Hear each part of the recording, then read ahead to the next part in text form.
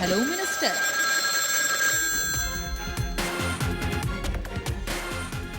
ನಮಸ್ಕಾರ ವೀಕ್ಷಕರೇ, ಪರಿಹಾರ ಪತ್ರಿಕೋದ್ಯಮದ ವಿಶಿಷ್ಟ ಪ್ರಯತ್ನ ಸುವರ್ಣ ನ್ಯೂಸ್ನ ಹಲೋ ಮಿನಿಸ್ಟರ್ ಕಾರ್ಯಕ್ರಮಕ್ಕೆ ನಿಮ್ಮೆಲ್ಲರಿಗೂ ಸ್ವಾಗತ.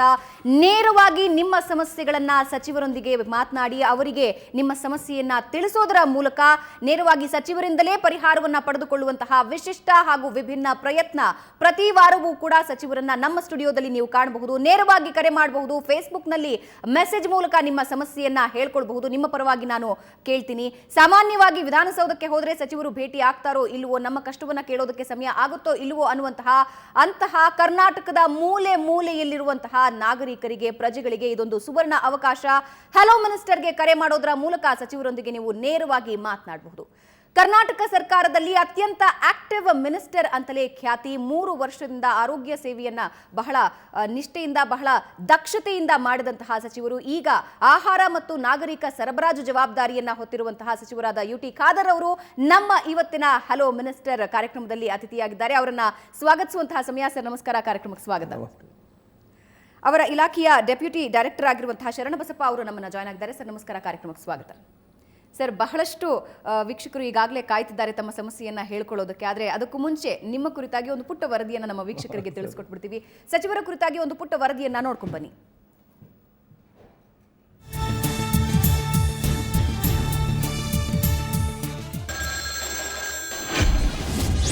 Hello, Minister.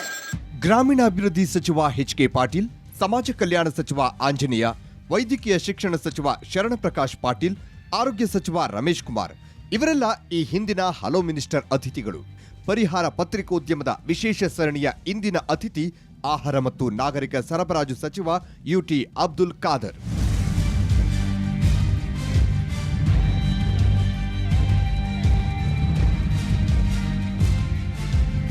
ಸಿದ್ದರಾಮಯ್ಯ ಸಂಪುಟದ ತುಂಬಾ ಆಕ್ಟಿವ್ ಮಿನಿಸ್ಟರ್ ಯಾರು ಅಂದ್ರೆ ಜನ ಹೇಳೋ ಹೆಸರು ಯುಟಿ ಖಾದರ್ ಅವರದ್ದು. ಇದೇ ಕಾರಣಕ್ಕೆ ಕಾಂಗ್ರೆಸ್ ನಾಯಕಿ ಸೋನಿಯಾ ಕೂಡ ಖಾದರ್ ಬೆನ್ನು ತಟ್ಟಿದ್ದಾರೆ. 1991ರಲ್ಲಿ ಎನ್ಎಸ್ಯುಐನ ಮಂಗಳೂರು ಜಿಲ್ಲಾ ಪ್ರಧಾನ ಕಾರ್ಯದರ್ಶಿ ಹುದ್ದೆಯಿಂದ ಶುರುವಾದ ರಾಜಕೀಯ ಈಗ ಸಚಿವರಾಗುವ ಹಂತಕ್ಕೆ ಬಂದು ನಿಂತಿದೆ. ಸತತ 6 ವರ್ಷ ಮಂಗಳೂರು ಎನ್ಎಸ್ಯುಐ ಜಿಲ್ಲಾಧ್ಯಕ್ಷರಾಗಿದ್ದವರು ಯುಟಿ ಖಾದರ್. ಅದಾದ ಮೇಲೆ ಕಾಂಗ್ರೆಸ್ನ ಉಲ್ಲಾಳ ಬ್ಲಾಕ್ ಅಧ್ಯಕ್ಷರಾಗಿ, ರಾಜ್ಯ ಕಾಂಗ್ರೆಸ್ನ ಕಾರ್ಯದರ್ಶಿಯಾಗಿ ಕೆಲಸ ನಿರ್ವಹಿಸಿದ್ದಾರೆ.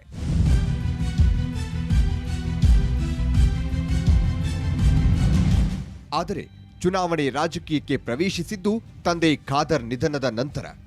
2007ರಲ್ಲಿ ನಡೆದ ಉಪಚುನಾವಣೆಯಲ್ಲಿ ಉಲ್ಲಾಳ ಕ್ಷೇತ್ರದಿಂದ ಗೆದ್ದ ಖಾದರ್ ಇದುವರೆಗೂ ಸೋತಿಲ್ಲ.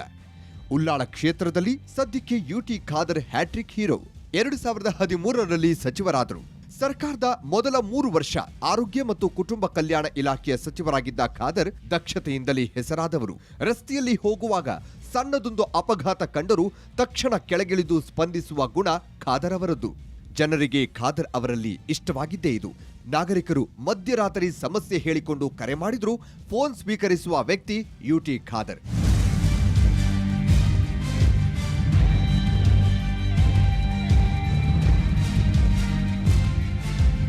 ಪಡಿತರ ಇಲಾಖೆಯ ಹೊಣೆ ಹೊತ್ತುಕೊಂಡ ಮೇಲೆ ಅಕ್ರಮ ರೇಷನ್ ಕಾರ್ಡ್ಗಳನ್ನ ಮಟ್ಟ ಹಾಕಲು ಟೊಂಕ ಕಟ್ಟಿ ನಿಂತಿದ್ದಾರೆ ಯುಟಿ ಖಾದರ್. ಅವರ ಈಗಿನ ಸವಾಲು ರಾಜ್ಯ ಸರ್ಕಾರದ ಮಹತ್ವಾಕಾಂಕ್ಷಿ ಯೋಜನೆಯಾದ ಅನ್ನಭಾಗ್ಯವನ್ನ ಬಡ ಜನರಿಗೆ ತಲುಪಿಸುವುದು. ಪಡಿತರ ಇಲಾಖೆಯನ್ನ ಶುದ್ಧೀಕರಿಸಲು ಟೊಂಕ ಕಟ್ಟಿ ನಿಂತಿರುವ ಯುಟಿ ಖಾದರ್ ಈಗ ಪರಿಹಾರ ಪತ್ರಿಕೋದ್ಯಮದ ವಿಶೇಷ ಕಾರ್ಯಕ್ರಮ ಹಲೋ ಮಿನಿಸ್ಟರ್ನ ಅತಿಥಿ. ಇನ್ನು ನೇರವಾಗಿ ಕರೆ ಮಾಡಿ ರೇಷನ್ ಪಡೆಯಲು ಎದುರಿಸ್ತಾ ಇರುವ ಸಕಲ ಸಮಸ್ಯೆಗಳನ್ನು ಯುಟಿ ಖಾದರ್ ಅವರಿಗೆ ಹೇಳಿಕೊಳ್ಳಿ.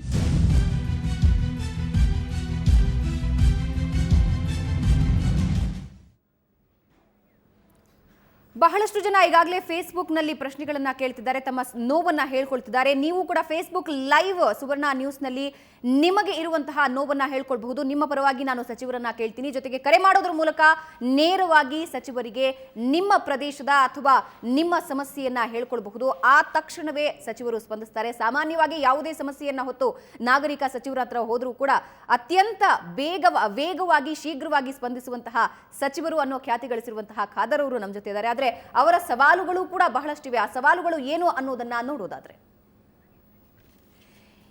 ಪ್ರಮುಖವಾಗಿ ಇರುವಂತಹ ಸವಾಲುಗಳು ನಕಲಿ ಪಡಿತರ ಚೀಟಿ ಜಾಲವನ್ನ ಮಟ್ಟ ಹಾಕೋದೇ ಅತ್ಯಂತ ದೊಡ್ಡ ಸವಾಲು. ಪಡಿತರ ವಿಷಯಕ್ಕೆ ಬಂದಾಗ ಅತ್ಯಂತ ದೊಡ್ಡ ಮಟ್ಟದಲ್ಲಿ ನಕಲಿ ಪಡಿತರ ಚೀಟಿಗಳನ್ನ ಮಟ್ಟ ಹಾಕೋದು ಒಂದು ದೊಡ್ಡ ಸವಾಲಾಗುತ್ತೆ. ಇನ್ನು ಎರಡನೇದು ಏನು ಸವಾಲನ್ನ ನೋಡೋದಾದ್ರೆ, ಪ್ರತಿಯೊಬ್ಬ ಅರ್ಹ ಫಲಾನುಭವಿಗಳಿಗೂ ಕೂಡ ರೇಷನ್ ಅನ್ನ ತಲುಪಿಸೋದು, ನ್ಯಾಯಬೆಲೆ ಅಂಗಡಿಗಳಲ್ಲಿನ ಲೋಪದೋಷಗಳನ್ನ ಸರಿಪಡಿಸೋದು, ರೇಷನ್ ಕಾರ್ಡ್ಗಳ ಮೂಲಕ ಇತರೆ ಯೋಜನೆಗಳನ್ನ ಕೂಡ ನಾಗರಿಕರಿಗೆ ತಲುಪಿಸೋದು ಹಾಗೂ ನ್ಯಾಯಬೆಲೆ ಅಂಗಡಿಗಳನ್ನ ಜನಸ್ನೇಹಿಯನ್ನಾಗಿಸೋದು.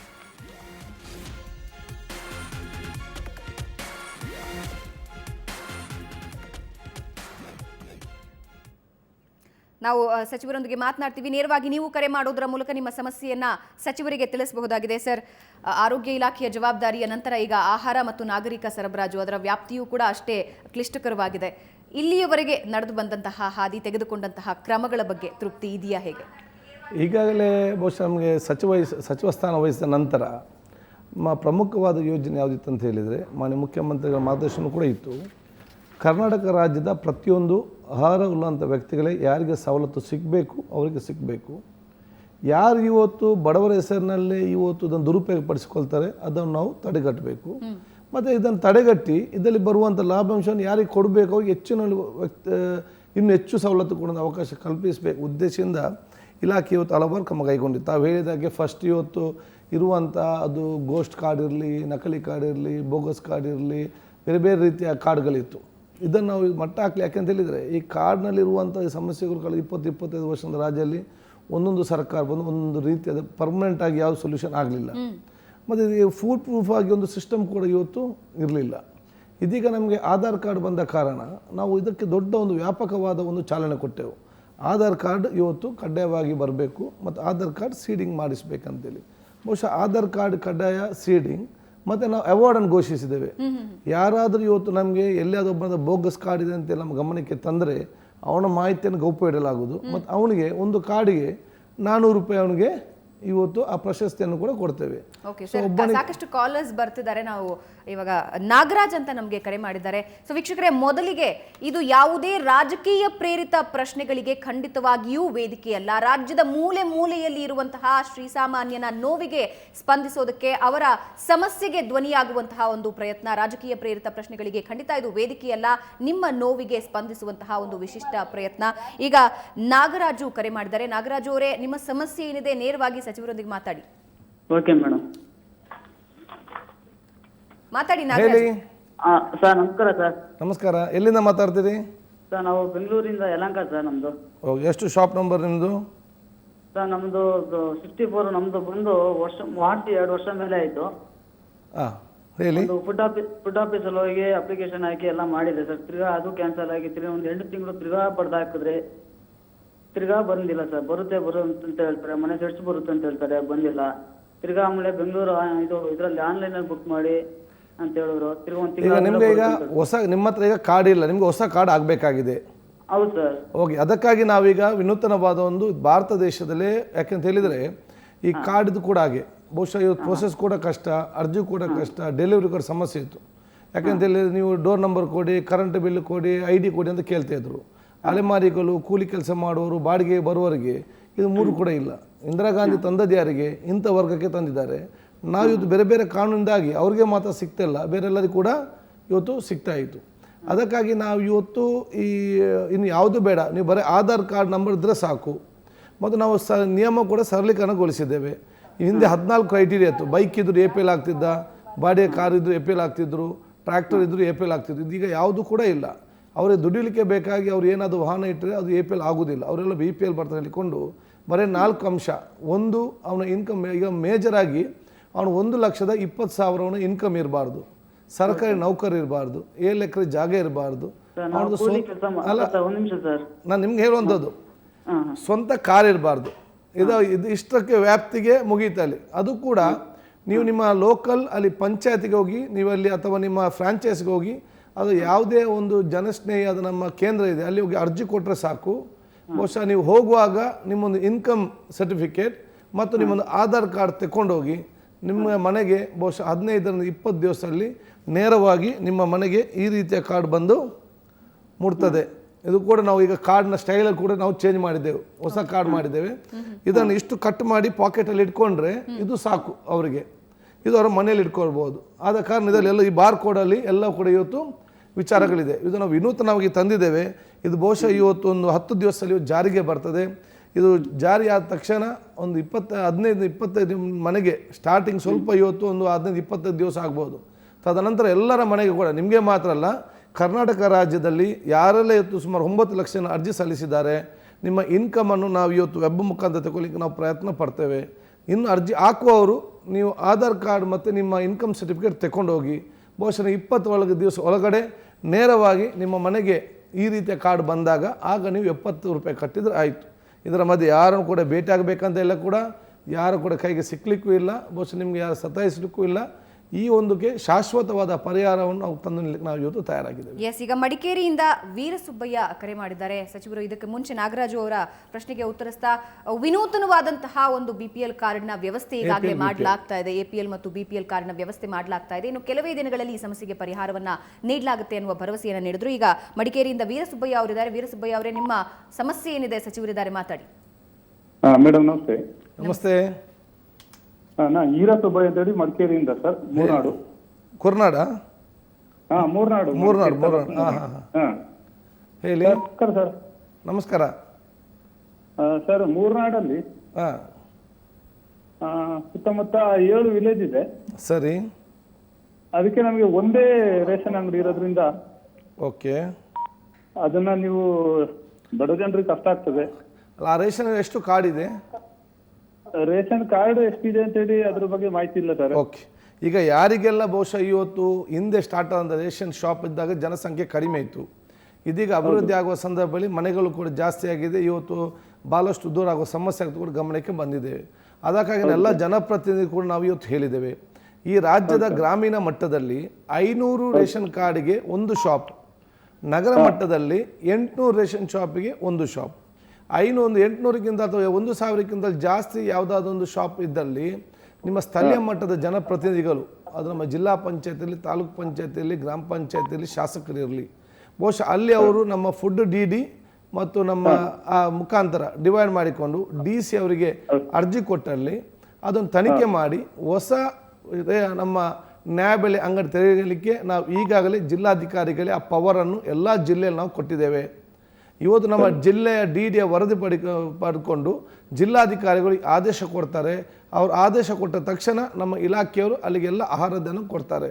ಆದರೆ ನಿಮ್ಮ ಗ್ರಾಮ ಪಂಚಾಯತ್ ಮತ್ತು ನಿಮ್ಮ ತಾಲೂಕು ಜಿಲ್ಲಾ ಶಾಸಕರ ಹತ್ರ ಹೋಗಿ ಈ ಸಮಸ್ಯೆಯನ್ನು ಹೇಳಿ ಅವರಿಂದ ಅಧಿಕಾರಿಗಳು, ರೆವೆನ್ಯೂ ಮತ್ತು ಅವರ ಅಧಿಕಾರಿಗಳು ನಮ್ಮ ಫುಡ್ DDಯನ್ನು ತರಿಸಿ ಮನವಿ ಕೊಟ್ಟು ಆದಷ್ಟು ಬೇಗನೆ ಅಲ್ಲಿ ಇನ್ನೊಂದು ನ್ಯಾಯಬೆಲೆ ಅಂಗಡಿ ಎಲ್ಲಿ ಮಾಡಬೇಕಂತ ಅವರು ರೆವೆನ್ಯೂ ಡಿವಿಷನ್ ಅವರು ಮಾಡಬೇಕು, ಕಂದಾಯ ಇಲಾಖೆಯವರು ಮಾಡಬೇಕು, ಎಲ್ಲಿ ಸೂಕ್ತ ಸ್ಥಳ ಅಂತ ಹೇಳಿ. ಸರ್ ಹೇಳಿ. ಹಲೋ. ಸರ್ ಹೇಳಿ. ಸರ್, ನಾನು ಪಂಚಾಯತ್ ಮೆಂಬರ್ ಆಗಿದ್ದೀನಿ ಸರ್. ಓಕೆ, ಅದರಿಂದ ನಾವು ಪಂಚಾಯತಿಂದ ಇದನ್ನ ಇದು ಮಾಡಿ ನಾವು ಅದನ್ನ ಇಲಾಖೆ ತಲುಪಿಸ್ಕೊಡ್ತೀವಿ. ಓಕೆ, ಆಯ್ತು, ಉತ್ತಮ. ನೀವೊಂದು ಪಂಚಾಯತ್ ಮೆಂಬರ್. ನಾನು ಎಲ್ಲ ಪಂಚಾಯತ್ ಮೆಂಬರ್ಗೆ ಹೇಳೋದಿಷ್ಟೇ, ನಿಮ್ಮ ಪಂಚಾಯತ್ ವ್ಯಾಪ್ತಿಯಲ್ಲಿ ಎಷ್ಟು ನ್ಯಾಯಬೆಲೆ ಅಂಗಡಿ ಇದೆ, ಆ ನ್ಯಾಯಬೆಲೆ ಅಂಗಡಿಯಲ್ಲಿ ಎಷ್ಟು ಕಾರ್ಡ್ಗಳಿದೆ, ಏನಾದರೂ ಒಂದು ನ್ಯಾಯಬೆಲೆ ಅಂಗಡಿಯಲ್ಲಿ 1000ಕ್ಕಿಂತ ಜಾಸ್ತಿ ಕಾರ್ಡ್ ಇದ್ದಲ್ಲಿ ದಯವಿಟ್ಟು ನಿಮ್ಮ ಜನರಿಗೆ ಪ್ರಯೋಜನ ಆಗುವ ರೀತಿಯಲ್ಲಿ ನಾವು ಕೊಟ್ಟಂಥ ಕಾರ್ಯಕ್ರಮ ಅನುಷ್ಠಾನ ತರಲಿಕ್ಕೆ ನೀವು ಪ್ರಯತ್ನ ಪಡಿ. ನೀವು ಸ್ಥಳೀಯ ಮಟ್ಟದ ನಮ್ಮ ಶಾಸಕರಿಗೆ ಮತ್ತು ನಮ್ಮ DDಗೆ ಅರ್ಜಿ ಕೊಟ್ಟು ಇಲ್ಲಿ ಇದನ್ನು ಇಬ್ಬಾಗ ಮಾಡಿ ಅದನ್ನು ಎಲ್ಲಿ ಪ್ರಾರಂಭ ಮಾಡಬೇಕಂತ ಅರ್ಜಿಯನ್ನು ಕೊಡಿ. DC ಅವರು ಅದಕ್ಕೆ ಆದೇಶ ಕೊಡ್ತಾರೆ. ನಾವು ಸಂಪೂರ್ಣವಾಗಿ DC ಅವರಿಗೆ ಪವರನ್ನು ನಾವು ಕೊಟ್ಟಿದ್ದೇವೆ. ಎರಡನೇದಂದರೆ ಯಾರು ಅರ್ಜಿ ಆಗ್ತಾರೆ ಹೊಸ ನ್ಯಾಯಬೆಲೆ ಅಂಗಡಿಗಳಿಗೆ, ಅವರು ಫಸ್ಟ್ ಕೋಆಪರೇಟಿವ್ ಸೊಸೈಟಿ ಆಗಿರಬೇಕು. ಅವರಲ್ಲದಲ್ಲಿ ಸಂಘ ಸಂಸ್ಥೆಗಳು ಇವತ್ತು ಬರಬೇಕು. ಖಾಸಗಿ ವ್ಯಕ್ತಿಗಳಿಗೆ ನಾವು ಯಾರು ಕೂಡ ಹೊಸತಾಗಿ ಶಾಪ್ ಕೊಡೋದಿಲ್ಲ. ಯಾಕೆ ಅಂತ ಹೇಳಿದರೆ ನ್ಯಾಯಬೆಲೆ ಅಂಗಡಿಯಲ್ಲಿ ಲಾಭ ಏನಿಲ್ಲ, ಭಾಳ ಕಡಿಮೆ ಲಾಭ ಇರುವಂಥದ್ದು. ಸೊ ನಾವು ಖಾಸಗಿ ವ್ಯಕ್ತಿ ಕೊಟ್ಟು ಮತ್ತು ಅವರು ಜಾಸ್ತಿ ಲಾಭ ಮಾಡಲಿಕ್ಕೆ ಬೇರೆ ಬೇರೆ ಸಮಸ್ಯೆ ಆಗ್ತದಂತ ಎಣಿಸಿಕೊಂಡ ಕಾರಣ ಈ ಸೊಸೈಟಿಗೆ ಮತ್ತು ಸಂಘ ಸಂಸ್ಥೆಗಳಿಗೆ ಮಾತ್ರ ಕೊಟ್ಟಿದ್ದೇವೆ. ಅದಕ್ಕೆ ಅನುಗುಣವಾಗಿ ಆದಷ್ಟು ಬೇಗ ಅರ್ಜಿ ಹಾಕಿಕೊಂಡು ಕರ್ನಾಟಕ ರಾಜ್ಯದಾದ್ಯಂತ ಇವತ್ತು ನಮ್ಮ ವೀರ ಅವರು ಪ್ರಶ್ನೆ ಕೇಳಿದ್ದಾರೆ ಸ್ವರ್ಣ ಟಿ ಮುಖಾಂತರ, ಇದು ನಾನು ರಾಜ್ಯದವರಿಗೆ ಒಂದು ಉತ್ತರ ಕೊಡ್ತಿದ್ದೇನೆ. ನಮ್ಮ ಬೇರೆ ಬೇರೆ ಕಡೆ ಇರ್ಬೋದು, ನಮ್ಗೆ ಗೊತ್ತಿರೋದಿಲ್ಲ. ಸೊ ಈ ಒಂದು ಗಮನಕ್ಕೆ ತಂದರೆ ನಾವು ತಕ್ಷಣ ಅವರಿಗೆ ನಮ್ಮ ಪರ್ಮಿಷನನ್ನು ಕೊಡ್ತೇವೆ. ಎಸ್, ತಕ್ಷಣ ಗಮನಕ್ಕೆ ತಂದಿದ್ದಾದರೆ ತಕ್ಷಣವೇ ಪರ್ಮಿಷನ್ ಕೊಡುವಂತಹ ವ್ಯವಸ್ಥೆ ಮಾಡ್ತೀವಿ ಅಂತ ಹೇಳಿದ್ದಾರೆ. ಈಗ ಮೈಸೂರಿಂದ ರಾಜು ಕರೆ ಮಾಡಿದ್ದಾರೆ. ರಾಜು, ನಿಮ್ಮ ಸಮಸ್ಯೆ ಏನಿದೆ? ಸಚಿವರಿದ್ದಾರೆ, ನೇರವಾಗಿ ಮಾತಾಡಿ. ಸರ್, ಈಗ ಹೇಳಿ. ಈಗ ರೇಷನ್ ಕಾರ್ಡ್ದು ಅಪ್ಲಿಕೇಶನ್ ನೀವು ತಗೊಂತಾ ಇದ್ದೀರಾ? ಹೌದು. ಆದ್ರೆ ಅದ್ರದ್ದು ರಿಸಲ್ಟ್ ಇನ್ನೂ ಸರಿಯಾಗಿ ಬಂದಿಲ್ಲ. ಸರಿ, ಎಷ್ಟು ದಿನ ಆಗುತ್ತೆ, ಯಾವಾಗ ಬರುತ್ತೆ ಓಕೆ. Ration card? ಎಲ್ಲ ಜನ ಪರವಾಗಿ ನೀವು ಒಂದು ಉತ್ತಮವಾದ ಪ್ರಶ್ನೆ ಕೇಳಿದಿರಿ. ನಾವು ಅರ್ಜಿ ತೆಕ್ಕೊಂಡು ಇವತ್ತು 1 ತಿಂಗಳು ಆಯಿತು. ಆದರೆ ನಮಗೇನಾಯ್ತು ಅಂತ ಹೇಳಿದರೆ ನಾವು ಫಸ್ಟ್ ಅದನ್ನು ನಮ್ಮ ಪಿ ಡಿಗಳು ವೆರಿಫಿಕೇಷನ್ ಮಾಡ್ತಾರೆ ಅಂತೇಳಿ ತೀರ್ಮಾನ ಆಗಿತ್ತು. ನಮಗೆ ಆಗೋದಿಲ್ಲ, ನಮಗೆ ಮಾಹಿತಿ ಎಲ್ಲ ಸ್ಪಷ್ಟ ಸಿಕ್ಕುವುದಿಲ್ಲ, ಕಷ್ಟ ಆಗ್ತದೆ ಅಂತ ಹೇಳಿದಾಗ ಅದನ್ನು ಮೀಟಿಂಗ್ ಮಾಡಿ ರೆವಿನ್ಯೂ ಡಿಪಾರ್ಟ್ಮೆಂಟ್ ಜೊತೆ ಚರ್ಚೆ ಆಯಿತು. ಅಲ್ಲಿ ಆದೇಶ ಮಾಡಿದಂಥ ಅವರು ಬಂದು ಹೇಳ್ತಾರೆ ನಮಗೆ ಎಲ್ಲ ಮಾಹಿತಿ, ನಮಗೆ ಎಲ್ಲಿ ವಾಹನಗಳಿದೆ, ಏನು ಮನೆ ಇದೆ ಅಂತ ನಮಗೆ ಸಮಸ್ಯೆ ಆಗ್ತದೆ ಅಂತ ಹೇಳಿದಾಗ ಈಗ ಇದು ಯಾವುದು ಕೂಡ ಬೇಡ, ಇವತ್ತು ದೇಶದಲ್ಲೇ ಅತ್ಯಂತ ಸರಳೀಕರಣಗೊಳಿಸಿಕೊಂಡು ಮನೆ ಮುಖ್ಯಮಂತ್ರಿಗಳು ಮತ್ತು ನಾವೆಲ್ಲ ಮೊನ್ನೆ ಚರ್ಚೆ ಮಾಡಿ ತಗೊಂಡ ತೀರ್ಮಾನ ಯಾವುದಂತ ಹೇಳಿದರೆ, ಇನ್ನು ಅರ್ಜಿ ಕೊಡು, ಈಗ ಯಾರು ಈಗಾಗಲೇ ಅರ್ಜಿ ಕೊಟ್ಟಿದ್ದೀರಿ, ನಿಮ್ಮ 1,20,000 ಆದಾಯವನ್ನು ನಾವು ಇವತ್ತು ನಿಮ್ಮನ್ನು ಮತ್ತೆ ಅಲ್ಲಿ ಹೋಗಿ ಕೊಡಬೇಕಂತ ಹೇಳಿದ್ರು ಕೂಡ ಸಮಸ್ಯೆ. ನೀವು ಹತ್ರ ಹೋಗಿ ಅಂತ ಹೇಳಿದರೆ ಮತ್ತೆ ಅವ್ರು 21 ದಿವಸ ತಗೊಳ್ಳುವಂಥ ಸಮಸ್ಯೆ ಇರ್ತದೆ. ಅದಕ್ಕಾಗಿ ನಾವು ಈಗಾಗಲೇ ನಮ್ಮ ಗವರ್ನೆನ್ಸ್ ಜೊತೆ ಇವತ್ತು ಮಾತಾಡಿದ್ದೇವೆ. ಏನಾದರೂ ನಮಗೆ ನೇರವಾಗಿ ವೆಬ್ ಮೂಲಕ ನಿಮ್ಮ ಮಾಹಿತಿ ತಗೊಳ್ಳಿಕ್ಕೆ ಆಗ್ತದೆ ಅಂತೇಳಿ. ಅದು ಆದರೆ ನಾವೇ ನಿಮ್ಮ ಇನ್ಕಮ್ ತಗೊಂಡು ನಿಮಗೆ APL BPL ಅಂತೇಳಿ ನಿಮ್ಮ ಆದಾಯ ಸರ್ಟಿಫಿಕೇಟ್ ಹತ್ರ ಹಾಕು. ಇನ್ನು ಯಾರು ಅರ್ಜಿ ಕೊಡ್ತಾರೆ, ನೀವು ಇನ್ನೂ ಅರ್ಜಿ ಕೊಡುವವರು ನಿಮ್ಮ ಆಧಾರ್ ಕಾರ್ಡ್ ಮತ್ತು ನಿಮ್ಮೊಂದು ರೇಷನ್ ನಮ್ಮ ಆದಾಯ ಸರ್ಟಿಫಿಕೇಟ್ ನಂಬರ್ ತಗೊಂಡು ಹೋಗಿ ಕೊಟ್ಟರೆ ಸಾಕು. ಬೇರೆ ಯಾವುದು ಕೂಡ ಇರುವುದಿಲ್ಲ. ಬೇರೆ ಎಲ್ಲ ನೀವು ಯಾವುದು ಕಾರ್ ಇದೆ, ಬಸ್, ಅದು ಸೆಲ್ಫ್ ಡಿಕ್ಲರೇಷನ್ ಪ್ರಕಾರ ನಾನು ಉಂಟು ಅಂತ ಹೇಳಿದರೆ ಉಂಟು, ನಾನು ಇಲ್ಲ ಅಂತ ಹೇಳಿದರೆ ಇಲ್ಲ. ಆದರೆ ನಾವು ಸರ್ಕಾರ ಜನಪರವಾಗಿ ಆಲೋಚನೆ ಮಾಡಿಕೊಂಡು ಸರಳೀಕರಣಗೊಳಿಸಿ ಅಂತೇಳಿ ಇದನ್ನು ದುರುಪಯೋಗವನ್ನು ಪಡಿಸಿಕೊಳ್ಬೇಡಿ. ಯಾಕೆ ನಿಮ್ಮ ಮೇಲೆ ವಿಶ್ವಾಸ ಇಟ್ಟು ನಾವು ಈ ಜಾರಿಗೆ ನಾವು ಇವತ್ತು ತಂದಿದ್ದೇವೆ. ದುರುಪಯೋಗ ಆದರೆ ಮತ್ತೆ ಬೇರೆ ಬೇರೆ ಕಾನೂನಲ್ಲಿ ಬಂದು ನಿಂತು ಮತ್ತೆ ಬಡವರಿಗೆ ಕಷ್ಟ ಆಗ್ತದೆ. ನಾವು ಇದ್ರ ಜೊತೆಗೆ ತಗಲು ಹಾಕೊಂಡ್ರೆ ಅಂದ್ರೆ ಸಿಕ್ಕಾಕೊಂಡ್ರೆ ಅವರ ಮೇಲೆ ನಾವು ಚೀಟಿಂಗ್ ಕೇಸ್ 420 ಸೆಕ್ಷನ್ ಪ್ರಕಾರ ಚೀಟಿಂಗ್ ಕೇಸ್ ಕೂಡ ಆಗ್ತದೆ. ನಾವು ರ್ಯಾಂಡಮ್ ಆಗಿ ಚೆಕ್ ಮಾಡ್ತೇವೆ. Hello minister.